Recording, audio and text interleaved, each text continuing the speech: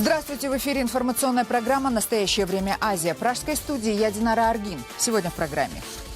Азербайджан и Армения неожиданно договорились о прекращении огня в Нагорном Карабахе, хотя еще накануне стороны обещали сражаться до полной победы.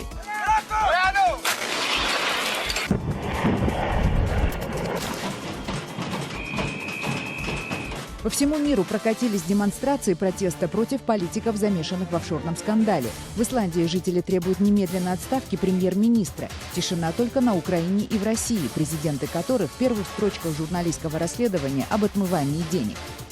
Я думаю, что они действительно замешаны. Да? Конечно. Хотели как лучше, получилось как всегда. В Кыргызстане из-за объединения дорожной полиции с городскими полицейскими патрулями обе службы оказались парализованы. Ситуации на дорогах разруливают обычные граждане. То, что творится на улице, они будут всеми заниматься. Боевики ИГИЛ применили отравляющий горчичный газ против армии Асада. Исламисты пытаются остановить наступление правительственных войск на опорные города. Янтарная война на Украине. Нелегальные копатели янтаря жестоко избили 10 полицейских в Ровенской области. В район введены части Национальной гвардии. Это стреляют по людям резиновыми патронами. Видите, что творят? Армения и Азербайджан неожиданно заявили о достижении перемирия в Нагорном Карабахе. Как сообщается на сайте Министерства обороны Азербайджана, оно начало действовать с 12 часов дня 5 апреля. Хотя первые сообщения о прекращении огня азербайджанский МИД решительно опровергал. МИД Армении распространил сообщение, что договоренности о перемирии достигнуты при содействии России. Наш коллега Родион Чепель в момент объявления перемирия находился на линии фронта, и вот что он сообщил о ходе выполнения соглашений. Мы приближаемся к поселку Джибраил. Это бывшее азербайджанское село, которое сейчас находится внутри линии соприкосновения на территории Нагорного Карабаха. Жители окрестных сел говорят, что слышали особенно интенсивно сегодня ночью. То есть они не прекращаются, эти обстрелы. Сейчас вот мы по дороге не слышали никаких разрывов снарядов. Так что пока данных о том, что были какие-то обстрелы, начиная с сегодняшней ночи, пока этих данных нет. Между тем, всего за несколько часов до объявления перемирия бои в зоне конфликта носили особо ожесточенный характер. Противоборствующие стороны грозили друг другу началом полномасштабной войны. Так, накануне азербайджанские военные заявили об уничтожении крупнейшей военной базы Армении в Нагорно-Карабахской республике и утверждали, что им удалось уничтожить несколько армянских генералов и высокопоставленных офицеров. Также Минобороны Азербайджана заявляла, что в Карабахе за сутки уничтожено 17 армянских танков. Это рекордное количество с начала боевых действий. Руководители Азербайджана уверенно говорили, что в ближайшие часы начнется бомбардировка Степанакерта, столицы непризнанного Нагорного Карабаха.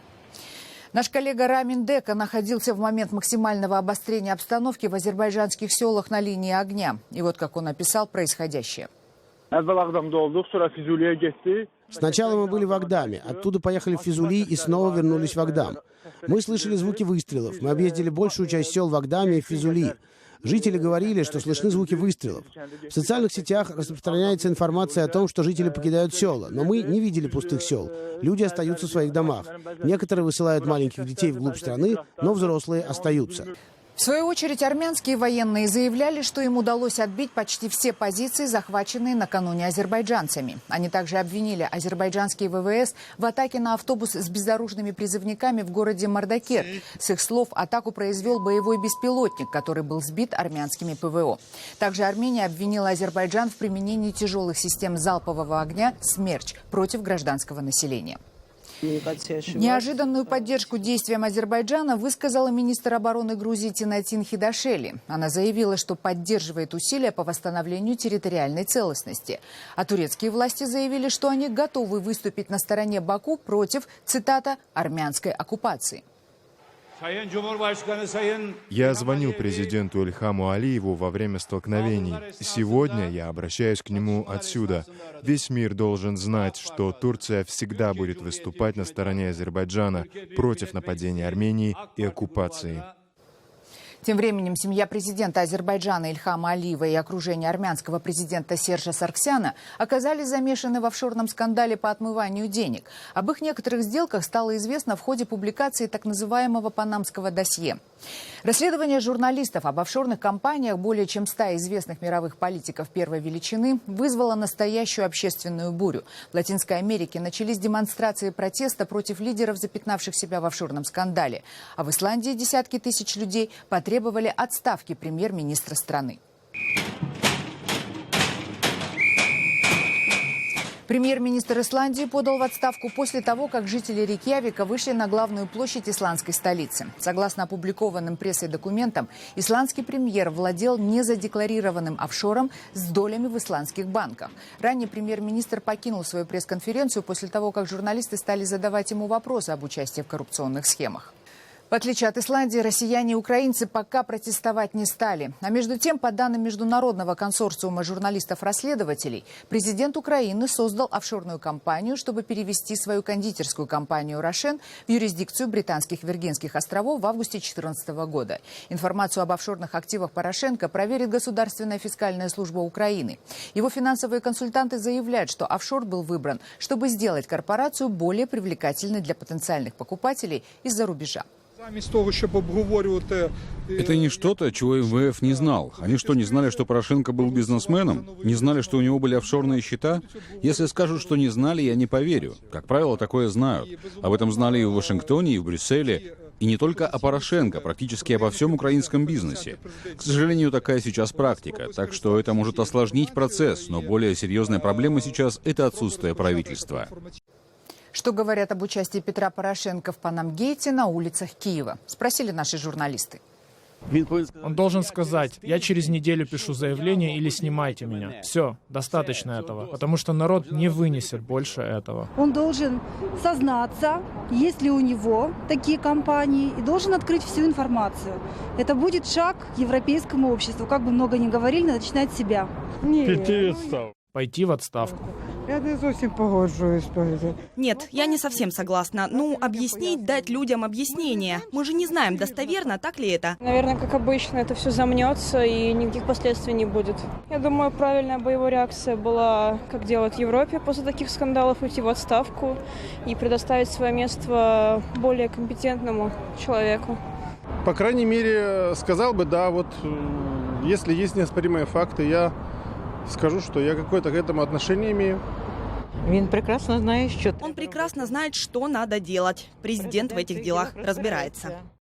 В России Генеральная прокуратура заявила, что собирается проверить компрометирующую российских политиков информацию на предмет наличия коррупционного преступления. Однако в Кремле документы компании Mossack Fonseca назвали сворованными. Лица из ближнего круга президента Путина один за другим утверждают, что сомнительные сделки в рамках офшоров являются вполне себе законным бизнесом. Между тем, список владельцев офшоров в Панаме пополнил скандально известный псковский губернатор Андрей Турчак. Журналист «Новой газеты» Роман Анин, который занимался российской частью расследования Панамгейта, считает, что все представители российских элит, замешанные в этом деле, являются преступниками. Оборот по этим компаниям составляет миллиарды долларов. И самое важное здесь, что, безусловно, Ралдугин – это музыкант. И мы понимаем, что он не мог себе позволить заниматься этим бизнесом как самостоятельное лицо. То есть наше предположение, которое подкреплено многими документами, говорит о том, что он это держал для кого-то. И мы предполагаем, что он держал это для первого лица. Соответственно, мы видим, как его компании финансируются, мы видим это нарушение закона. Туда перечисляются деньги от торговли акциями российских госкомпаний. И эта торговля на самом деле никогда не происходила, потому что сделки закрывались задним числом. Мы видим, что он секретно владел активами в стратегических отраслях России. Вот уже несколько дней в Кыргызстане за общественным порядком и ситуацией на дорогах страны следит патрульная милиция. Эта новая служба пришла на смену двум своим предшественникам – дорожно-патрульной и патрульно-постовой службам. Первый рабочий день вместе с милицией на службу вышла и наш корреспондент Джибек Бегалиева. Своих новых напарников Улан пока не знает даже в лицо. Патрулировать улицы Бишкека теперь он будет вместе с бывшими ППСниками. Отыскав членов своей команды, милиционер теперь не может найти исправную машину. У той, что дали, не работают спецсигналы, да и рацию не сразу нашли. Без средства связи в первый рабочий день на службу около часа не мог заступить целый взвод. Совсем не так расписывал работу патрульной милиции министр МВД. На презентации новой службы Мелис Турганбаев обещал, что служители правопорядка будут приезжать на вызов за 10 минут. То, что творится на улице, они будут всеми этим заниматься. Слово ДПС, ГАИ уже забудь. Уже не будет. Патрульная милиция. Тогда же министр хвастал новой экипировкой службы. Ее название на части обмундирования почему-то оказалось на турецком языке. Впрочем, все внимание прессы тогда привлекло другое ноу-хау. Патрульной милиции выделили собственные фото- и видеорегистраторы. С милицейским произволом министр пообещал бороться именно с помощью этих гаджетов. Это обычные просто записывающие камеры, да, которую флешку можно просто вытащить и потерять, например, да, или стереть данные. То есть и никак это не проверится. Чем отличается новая патрульная милиция от прежних ДПС и ППС, пока не все водители поняли. От изменения аббревиатуры большинство из них ничего хорошего не ждут. Свою собственную оценку новой патрульной милиции успели дать пользователи интернета. В сети уже несколько дней гуляет ролик, снятый в день презентации службы. На нем видно, как, покружив возле сломанного светофора, сотрудники патрульной милиции, развернувшись, уехали. В итоге затор на перекрестке пришлось разгружать обычному пешеходу. Дюбек Бегалиева, Азат Антымаков. Настоящее время. Бишкек, Кыргызстан. Песок и гравий на пограничной речке Исфара на таджикско-кыргызской границе может стать очередной проблемной точкой. Там разгораются споры из-за месторождения песка и гравия. Как утверждают представители кыргызской общины, жители таджикского села не разрешают своим соседям добывать гравий на месторождении. По заявлению же таджикской стороны, кыргызы, пользуясь песком и гравием на таджикской территории, не пускают жителей приграничного таджикского села на свою. Для разрешения спора были привлечены начальники приграничных застав, но договориться пока не удалось. Последние годы эта приграничная местность превратилась в зону конфликтов. Один из последних возник в августе 2015 года, когда жители кыргызского села Кокташ перекрыли русло канала, воду которого используют жители таджикского села. В ответ таджикские жители перекрыли дорогу, ведущую на кладбище кыргызов, которая проходит по таджикской стороне. Люди собрались по обе стороны и начали закидывать друг друга камнями. В результате пострадали 13 человек. Причиной споров становятся питьевая вода, дороги и право завладения месторождением песка. 275 метров дороги из Фана-Ош проходит по таджикской территории, пролегая через село Саманион. Этим участком уже на протяжении 10 лет по договоренности таджикских и кыргызских властей пользуются также жители кыргызского села Аксай. Тем не менее, этот участок по-прежнему остается спорной территорией. Мы тоже хотели доставить сюда свои тракторы, чтобы загрузить песком и гравием, но нам не разрешили. Сейчас мы приехали со своими машинами, а трактор соседей таджиков нагружает их. Местное таджикское население имеет противоположную точку зрения.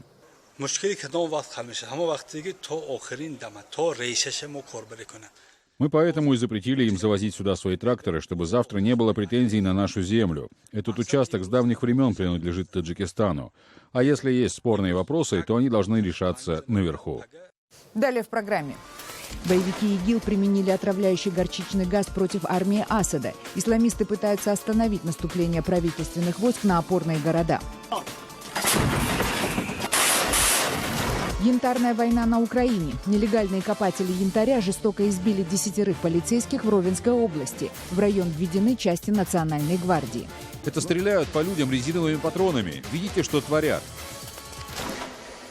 Боевикам-исламистам удалось сбить военный самолет в сирийском городе Алеппо, где повстанцы ведут бои с сирийской армией и союзниками. Об этом сообщает наблюдательный совет по правам человека в Сирии. Поначалу появилась информация, что самолет принадлежал российским ВВС, что сразу же опровергло Министерство обороны России. Позже боевики движения Ан-Нусра заявили, что самолет был сирийским, и им удалось пленить пилота. Вот кадры агентства «Рейтер». У горящих обломков десятки боевиков. Крушение военного самолета они встречают стрельбой в воздух и криками «Аллах Акбар». По словам очевидцев, самолет загорелся в небе и упал за пределами Алеппо. Боевики, связанные с запрещенной террористической организацией Джабхат Ан-Нусра, захватили этот район на прошлой неделе. С тех пор они подвергались усиленным бомбардировкам сирийских и российских ВВС. Судьба пилота, попавшего в плен к террористам, неизвестна. Агентство «Рейтер» утверждает, что боевики экстремистской группировки «Исламское государство» применили горчичный газ иприт против правительственных сил. По данным СМИ, иприт был использован в ходе атаки боевиков на авиабазу у города Дейр-эз-Зор на северо-востоке Сирии.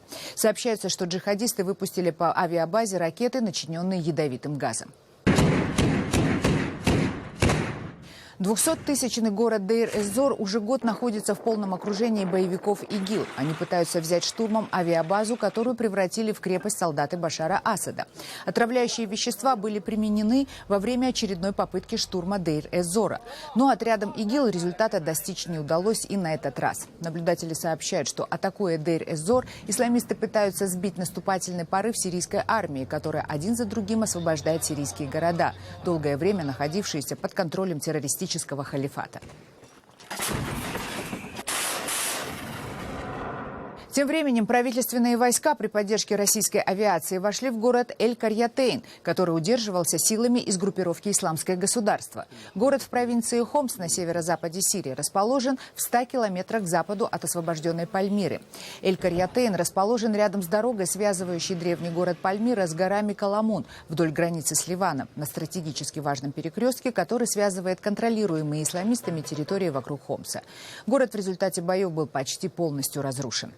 А мировые СМИ распространяют видео из освобожденной от боевиков Пальмиры, которая является сокровищницей мировой архитектуры. Но на протяжении года террористы целенаправленно уничтожали древнейшие античные памятники и сооружения. И сейчас от них остались только груды развалин. А в Ираке, к северу от города Мосул, уже долгое время упорное сопротивление террористам оказывает небольшой отряд христиан-ополченцев. 50 местных жителей обороняют свою деревню от боевиков ИГИЛ, когда все окрестные христианские поселения уже пали. Вместе с ними населенный пункт защищают бывшие американские военнослужащие. Репортаж наших коллег из «Голоса Америки». Здесь, в деревне, всего лишь 50 христиан-ополченцев держат оборону против экстремистского исламского государства Даеш. С ними двое американцев. Дэн из Мичигана. Он ветеран войны в Ираке, воевал здесь 10 лет назад. Вернулся, чтобы помочь. Я приехал сюда с надеждой освободить Мосул и вышвырнуть Даеш из Ирака. Боевики исламского государства совершают частые вылазки через линию фронта.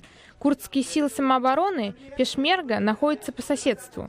Христианские ополченцы говорят, что никуда не уйдут. Это наша земля, и мы должны ее защищать. Мы должны освободить ее от Даеш. Ведь это наша родина, которую мы обязаны защитить и дать людям возможность вернуться домой.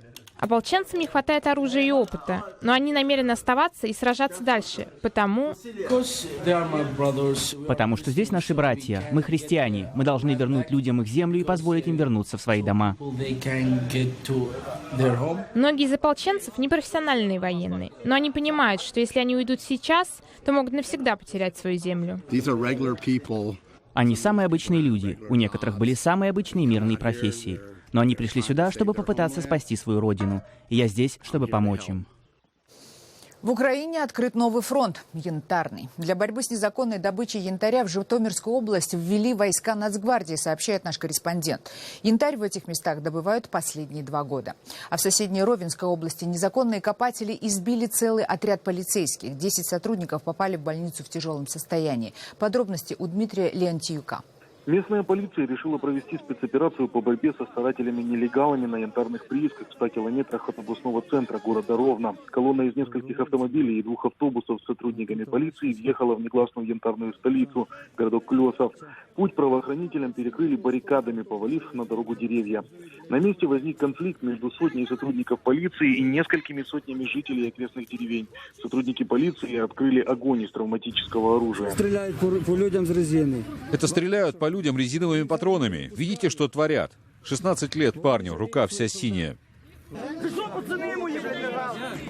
Стрельба в этих местах не в новость, но как аргумент в споре с сотрудниками полиции местные жители использовали гусеничную бронетехнику, легко бронированный артиллерийский тягач. Эту информацию нам подтвердили сами полицейские. Местные жители причиной конфликта называют то, что среди полицейских они идентифицировали человека, который, по их утверждению, несколько лет собирал дань с нелегальных старателей.